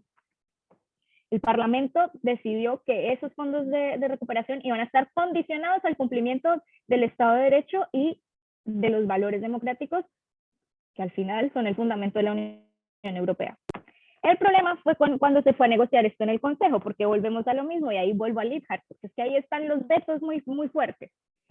Pues en el Consejo son 27 Estados miembros, esto es un tema que, como no hace parte de la competencia, o sea, como del área de competencia de la Unión Europea, porque era algo nuevo, nunca se habían endeudado, tenía que tener unanimidad la decisión.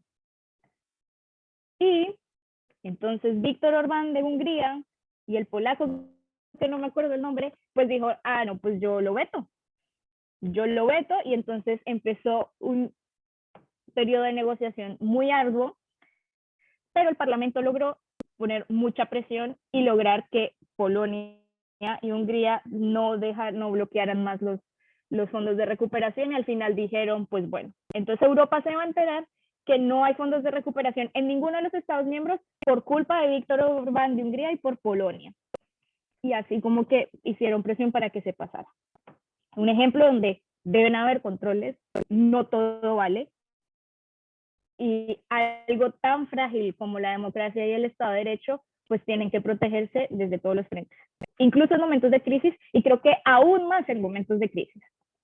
Y el segundo ejemplo que les quería compartir era, bueno, a raíz de la activación de este artículo 7 del tratado, pues se les abre un proceso a los Estados miembros. Y la Corte Europea de Justicia, pues hace un análisis de la situación.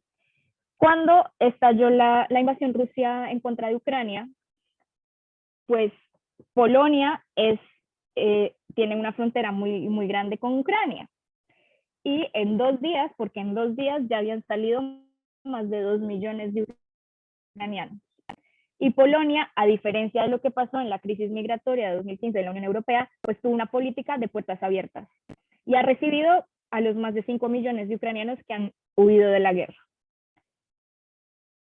Polonia entonces le está diciendo ahora a la Unión Europea como, bueno, miren, como yo me he portado tan bien con los ucranianos y los estoy recibiendo, y es que es un tema terrible, no veíamos esto desde la Segunda Guerra Mundial y pobre gente, ustedes me tienen que suspender el proceso y no me pueden seguir procesando por el artículo 7. Y la Unión Europea dijo no, porque una cosa no tiene que ver con la otra. Entonces, eso para responder la primera pregunta. Y la segunda, creo que en un principio sí era necesaria, como si estábamos en un estado de emergencia, por la sencilla razón que era un virus que no conocíamos de nada, que estalló en la región del mundo que estalló, o sea, menos información, y cuando no hay información no hay forma de defenderse. Entonces creo que las medidas de excepción que se usaron sí fueron muy adecuadas. Ahora en Europa, porque vuelvo a lo mismo, aquí el tema de libertad es esencial, o sea, es como la vida misma. Entonces, y la gente no se aguanta que le vulneres tanto las libertades. Entonces, se podían hacer protestas todos los días y sin importar que hubiera toque de queda o sin importar nada. Entonces, sí que intentaron los países, y yo creo que esto sí, alrededor, lo contrario, muchos eran como muy laxos en los controles sanitarios, pero sí creo que hubo como un equilibrio entre respetar las libertades y atender la emergencia sanitaria, que era muy importante. Ahora, creo que, por ejemplo, la política de cero COVID que tiene China en este momento no es proporcional a la emergencia, porque tenemos vacunas, ya sabemos cómo controlar el virus, entonces no se justifica que tengas encerradas a millones de personas, como está pasando ahorita en Shanghai y en otras regiones en China. En ese contexto creo que no se justifica la medida con la emergencia. Muchas gracias, Alejandra. María Clara, unos minutos. Gracias, Juan Felipe. Recibí esa palabra minutos muy seriamente. Bueno, primero que todo quiero ofrecer una disculpa. Ayer preparamos con Alejandra y no recalqué el tema del tiempo. Ese fue mi error y asumo mi responsabilidad. Quiero primero, bueno, segundo, después de estas disculpas, agradecer profundamente a Alejandra por haber escogido este tema. La verdad, me acordé mucho de Steiner hoy, lo tuve muy presente, porque él me decía alguna vez, que yo creo que fue el reconocimiento más grande que tuve, que el momento culmen de su carrera había sido el trabajo que había hecho conmigo. Y yo digo, el momento culmen de mi carrera docente es este momento, Alejandra. Me llenaste de orgullo, la profundidad con que trabajaste los temas. Yo creo que ese fue el problema con el tiempo. Se te nota un manejo muy claro de conceptos muy difíciles, como dice Felipe, No es fácil, esto es mucha filosofía, esto es muchas ciencias sociales que nosotros como abogados no tenemos esas bases. Entonces, unas felicitaciones muy especiales y un agradecimiento a ti, Alejandra. A Felipe, no tengo palabras. Felipe, yo cuando vi el concepto dije, hay confidencialidad, pero eso no lo pudo haber escrito sino Felipe. Porque esa rigurosidad, esa seriedad, esa profundidad, Felipe, unas inmensas gracias. Realmente espero que la vida nos junte mucho de aquí en adelante, que podamos hacer muchas cosas juntos. Y a Juan Felipe, muchas gracias por este apoyo que he sentido yo, este espacio tan grande que nos has abierto en el departamento, Juan Felipe. Yo creo que este es un tema muy importante, es un tema muy importante hoy en día. Yo creo que realmente ante la sinrazón, decía el rey Felipe ayer o antier en esta semana, decía que ante la sinrazón de la guerra el mejor argumento es la democracia. Yo creo que no podemos escatimar esfuerzos en construir, seguir pensando la democracia y seguir construyendo capacidades para fortalecerla. La democracia es muy débil, hay que construirla todos los días y hay que acompañarla. Así que muchas gracias a todos. Ale, me llenaste de orgullo y bueno, y gracias a todos los presentes. Me imagino que están tus papás. Entonces, una felicitación también. Una felicitación también.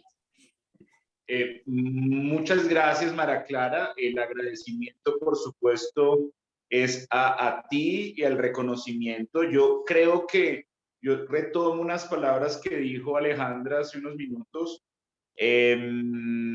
Yo lo que estoy viendo es que además con esta fotografía que tenemos acá, o sea, la fotografía de la maestra María Clara que rememoras al maestro Steiner, la fotografía que tenemos a Felipe como profesor de planta del Departamento de Derecho Público, y la estudiante que está en el proceso de graduación recibiendo todas estas reflexiones para poner en el camino y en su ruta de investigación, en volverse abogada.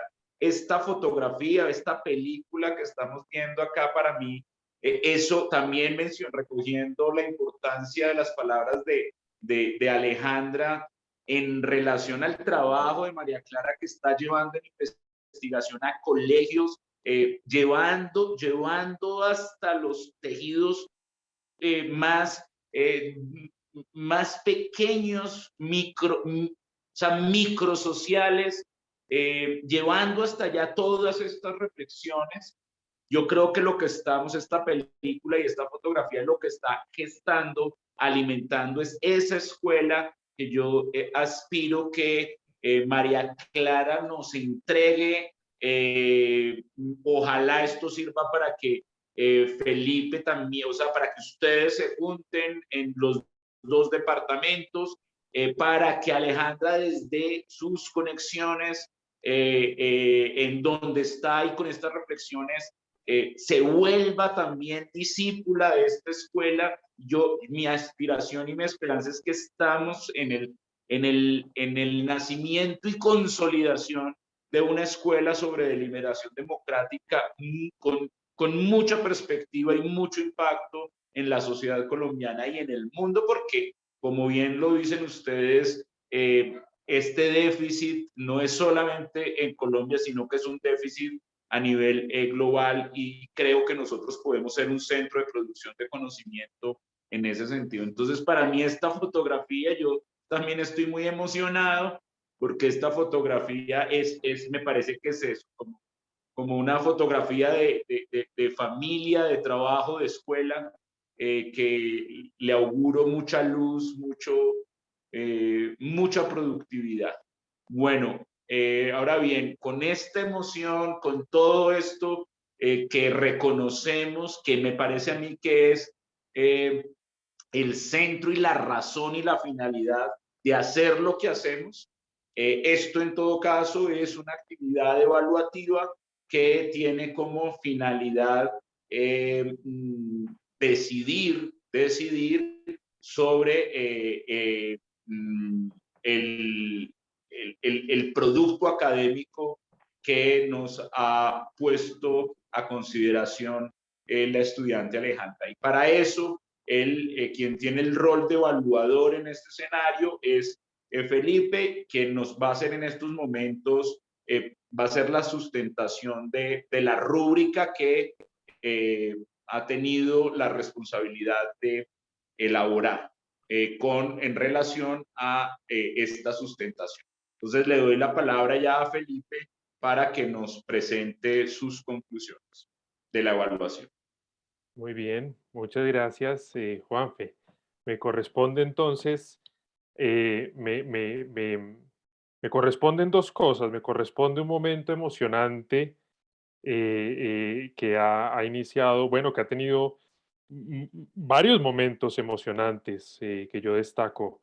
Cuando Alejandra reconoce a María Clara, recuerda a Steiner y ahora este reconocimiento bellísimo, Alejandra, que te acaba de hacer María Clara, que seguramente conservarás como uno de los recuerdos, algo muy especial lo que acabó de suceder.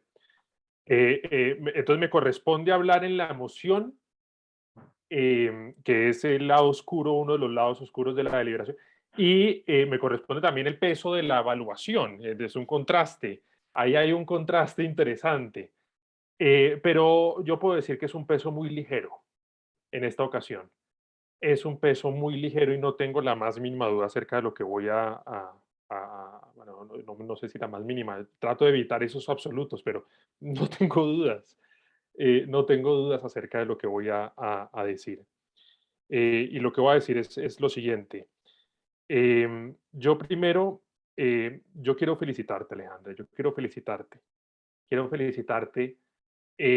Has escrito un gran trabajo. Has escrito un gran trabajo y lo has defendido muy bien.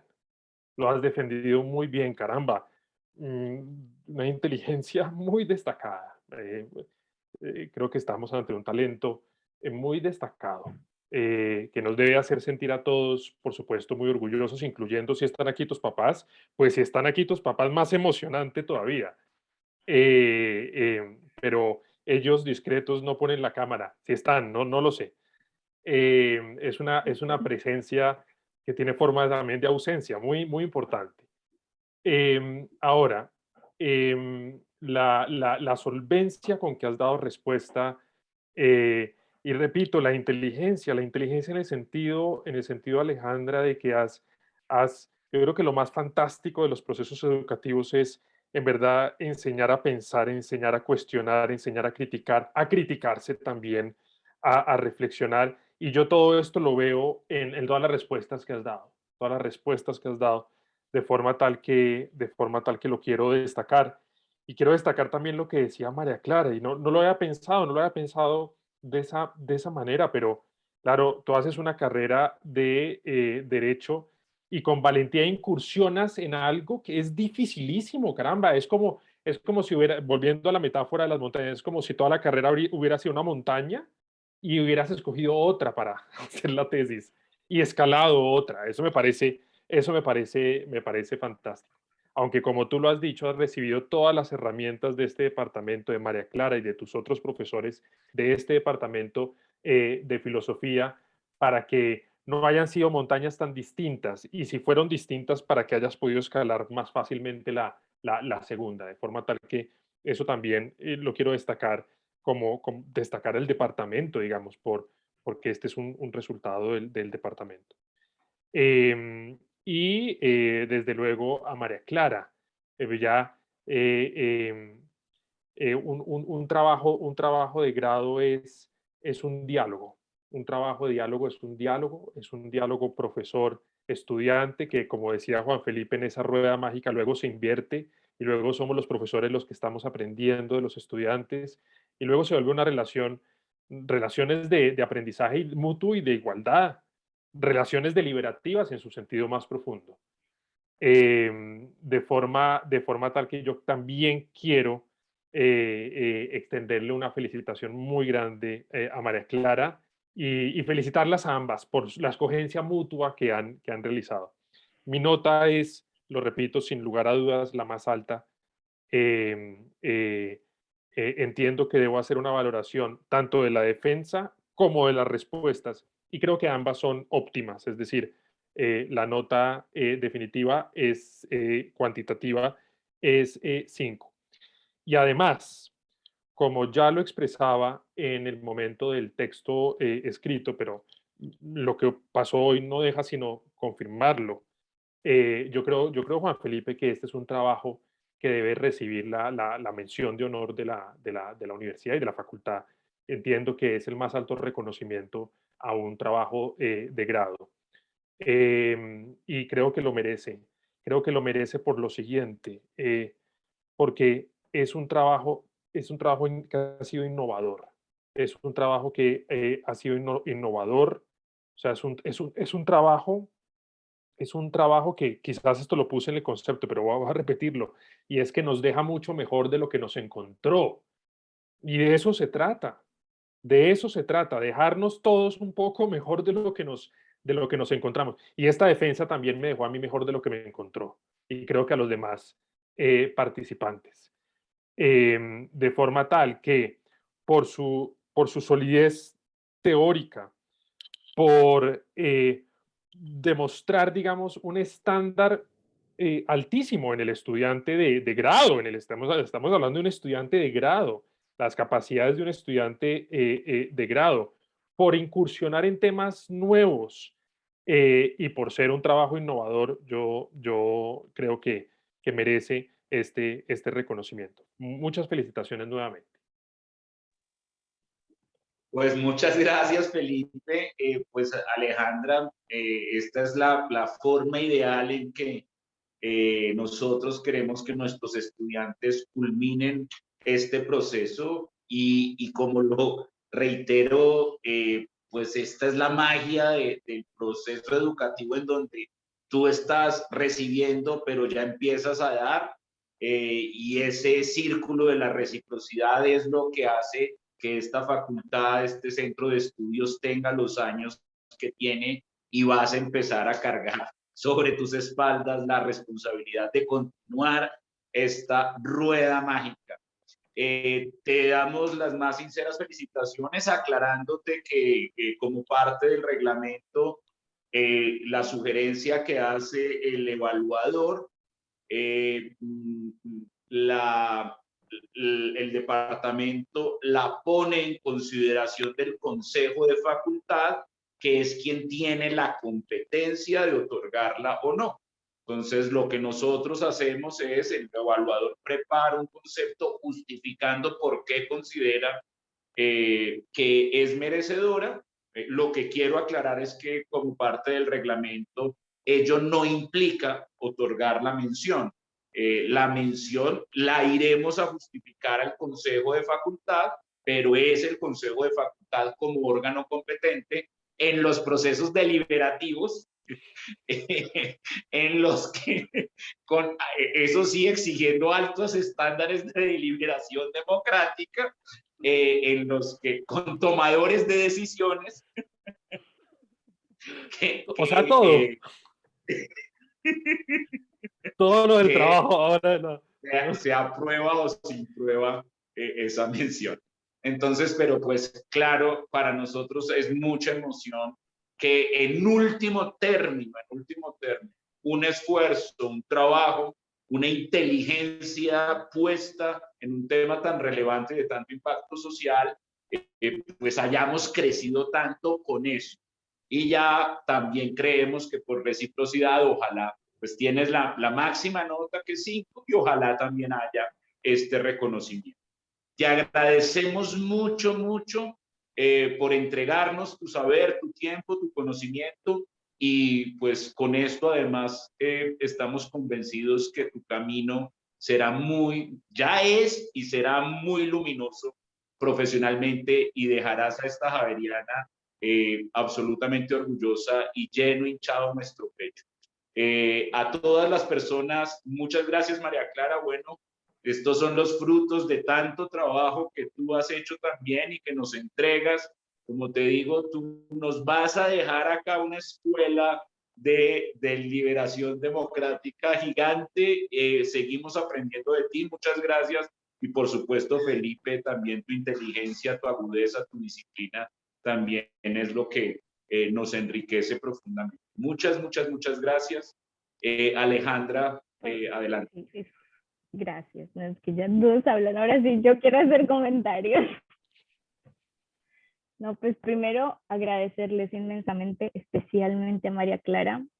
Y yo tengo que ser muy honesta, y es que nunca encontré este tema difícil, porque María Clara tiene la capacidad de hacer que uno entienda de una forma muy fácil, pero muy fácil. Yo nunca me había atrevido a hacer un texto de investigación, pero cuando María Clara me llevó por este tema de la democracia deliberativa, y Santiago García, que no está acá, pero que también es un gran contribuidor a mi formación académica, y sobre todo esta parte de pensar que es tan difícil, pues María Clara hizo que todo fuera muy fácil y me lo explicaba así como yo se los expliqué. No, tienes que mirar como si te pones unas gafas, cosas muy sencillas que creo que hace que todo sea mucho más fácil y mucho más digerible.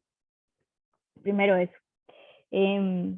Todas las flores a María Clara y al profesor Steiner, porque siento que su trabajo es de verdad el que ha hecho que la investigación que yo hice fuera posible. Siento que es, como lo dije antes, es un tema que no debería estar aislado del derecho. Es más, creo que tiene que estar en la esencia y en el núcleo del derecho como carrera. Por eso yo reitero, y ojalá en la facultad se pueda abrir más espacio para eso, para pensar, porque es que pensar es muy difícil.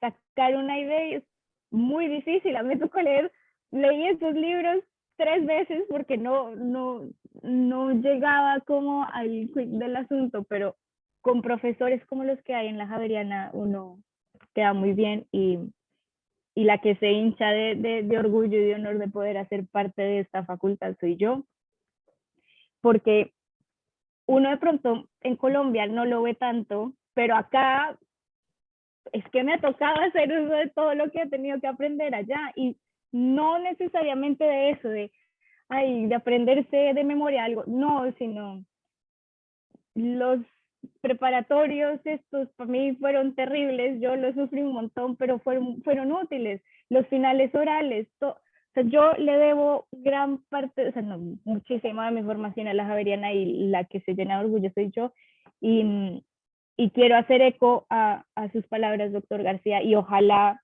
podamos tener como de verdad esa cooperación, porque yo sí quiero seguir haciendo parte de la Javeriana y seguir contribuyendo, pero sobre todo a este tema de esta semillita de liberación en la universidad más allá. Se lo he venido diciendo a María Clara desde hace rato, digo, quiero terminar ya con la tesis porque quiero ver qué más vamos a hacer, cuál es el siguiente, y pues estoy a su entera disposición. Muchísimas gracias, de verdad. Les doy las gracias a ustedes tres, porque no tengo a toda la facultad ahí, pero que soy la profesional que soy porque la facultad me dio esas herramientas y me puso los retos muy difíciles a veces para poder enfrentar el mundo real, que es muy difícil, y que sobre todo cuando uno está afuera se da cuenta que el mundo es mucho más competitivo de lo que uno cree. Pero la Javeriana da para mucho. Entonces, muchísimas gracias. Y a Felipe, mil gracias por los comentarios, porque le dije a María Clara, esto se leyó muy bien y a conciencia esta tesis, porque si no, no me hubiera hecho los comentarios que me hizo. Es que eran muy profundos. Es más, habían algunos que no, y hasta el fondo, y tengo que ser muy honesta porque ya me pusieron en la nota, no he terminado de entender. Cuando el comentario sobre que yo pongo al Parlamento desde una perspectiva muy clásica de Mill, todavía me sigue dando vueltas, entonces espero que podamos estar en contacto para poder seguir desarrollando la idea, porque no me quedó muy claro. Lo conversamos. Entonces, Muy bien. de verdad te agradezco mucho. Felicitaciones. Bueno, muy bien, muy bien. Gracias. Muchas felicidades, felicitaciones. Muy bien, muy bien. Felicitaciones a quienes te acompañan. Muy honrados de finalizar este proceso. Y a todas, bueno, muchas gracias y seguiremos trabajando. Bueno, Muchas un gracias. abrazo. Chao. Muchas gracias, que estén muy bien. Chao, Felicidades. Muchas gracias, abrazos, chao, chao. Chao. Chao.